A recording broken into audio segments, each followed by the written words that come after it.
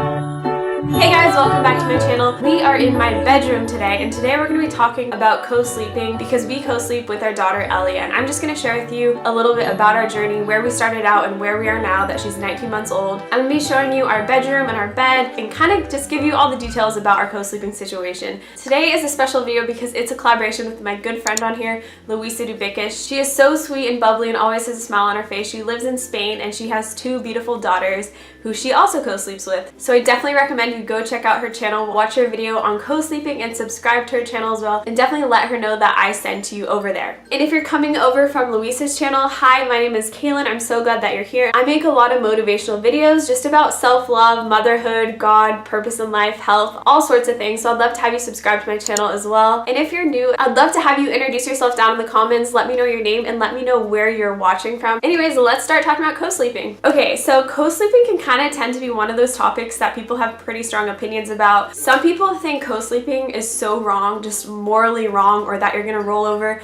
on top of your child in the middle of the night. Other people are on the total other extreme, just like in all parenting topics, and they think that co-sleeping is so important to create a secure bond with your child and really make them a secure individual when they grow up. My husband and I, with everything with parenting, we tend to be pretty open. We're always open to change our mind and learn about different things and do what we really think is best for our daughter.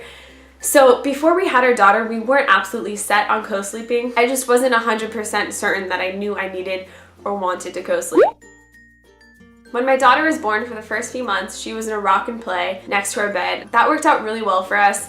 I tried to sleep with her in the bed once because I thought it would be so convenient with nursing, but at that time, especially being a first-time mom, I just did not feel comfortable with it. And I'm someone that likes to sprawl out when I sleep. I honestly like to take up as much space as possible. And already being so tired nursing throughout the night, I didn't want to be in a deep sleep and roll on top of her. So that was my personal fear and what I felt comfortable with. So I knew I'd sleep better if I didn't have that worry in my mind. So we stuck with the rock and play for the first 3 or 4 months. This was in a different place, by the way. It wasn't in this room.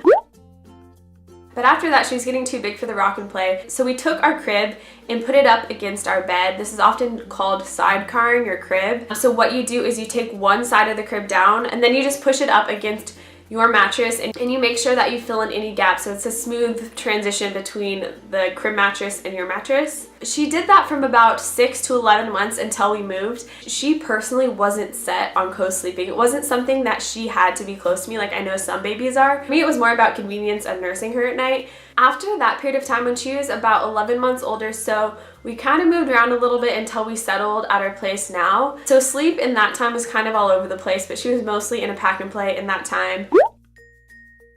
My daughter did not like to fall asleep by herself because at this point we were kind of like, okay, we're ready for her to be in her own room. We moved from a 1-bedroom into a 2-bedroom. So we're like, perfect, she has her own room, she can sleep in her crib and everything's gonna be good.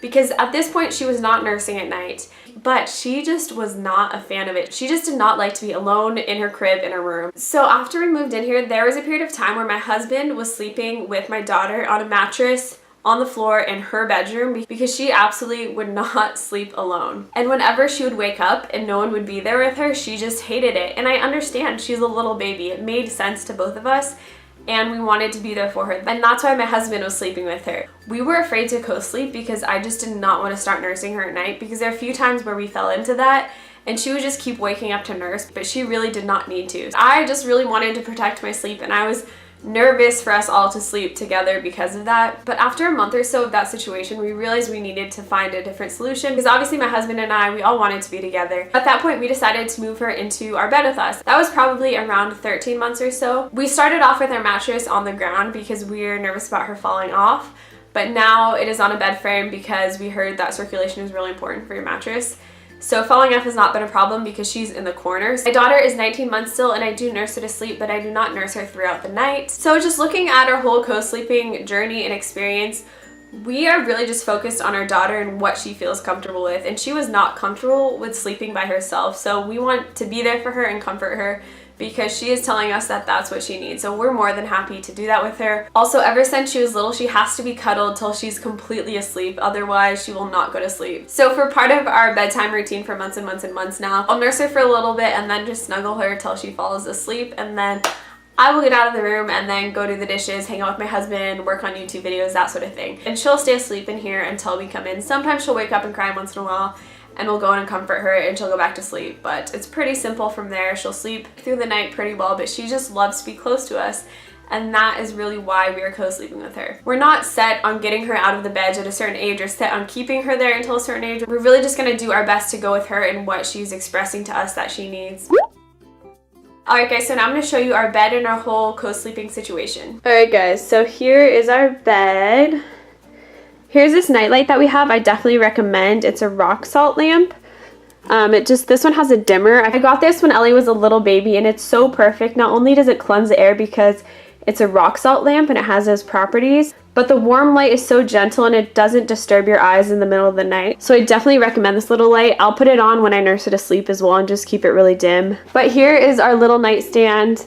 We have our little white noise machine. We'll often have our waters on here as well. My daughter's water and my water. We do still use the white noise machine as well. I think it just helps her fall asleep and stay asleep. There's little tape on there because the light was bugging my husband on it. So this one has different sounds, but we just use the classic white noise. We have that, and then our bed is just really simple. It's a platform bed from IKEA. It's pretty low to the ground. So this is our bed. Again, I sleep here, my husband sleeps here, and then my daughter sleeps here. We do not sleep with the throw pillows on the bed. Luckily, my daughter does not move a ton around during her sleep. I've heard of situations like that, and I'm glad she doesn't do that because I think that would be hard. We just have a queen size bed. She's always kind of up near our heads in this corner. Sometimes she sleeps in between my husband and I if she wants to sleep next to me. She has her own little blanket which she likes to fall asleep with, but she doesn't really use it much during the night. Right now she's in fleece onesies, so she doesn't really use a blanket at night. Sometimes my husband will snuggle her if she is getting cold, but she's mostly just kind of roaming around in her PJs. My past self would probably not be into this, but we took out the top sheet because we found that it was just a lot easier. And the whole possibility of the sheet getting tangled or that sort of thing worried me, so we just have this down blanket right now and this really warm, like, I don't know if it's like a Mexican blanket, but just a really cozy blanket, and I just washed that as opposed to washing the sheet. This is super important. There's lots of different ways you can do this, especially when they're an infant. You want to be more careful, but now that my daughter is like a sizable toddler, it's not as scary. Just have a big blanket rolled up on the side of the bed as well as a towel so that there's not like a big gap that she can fall into. Here is, see, just a towel and a blanket rolled up in there. This is our room. We have our closet and then just a dresser. We've kind of moved rooms a few times. Alex's desk used to be in here as well, but it's not anymore. So this is our little situation for now, and it's really working for us. And these blackout curtains up here were really affordable. I got them on Amazon. If you have a child who has trouble sleeping, definitely try blackout curtains and getting the room as dark as possible, because that has definitely helped with Elia. Alright guys, so that is an overview about why we decided to co-sleep. You got to see our bed and our little situation here. People all over the world sleep with their children. It's so common, and our Western culture is so crazy about things like this, but it's really been great for her. She's happy and content. It's not weird. So it has really worked out great for us.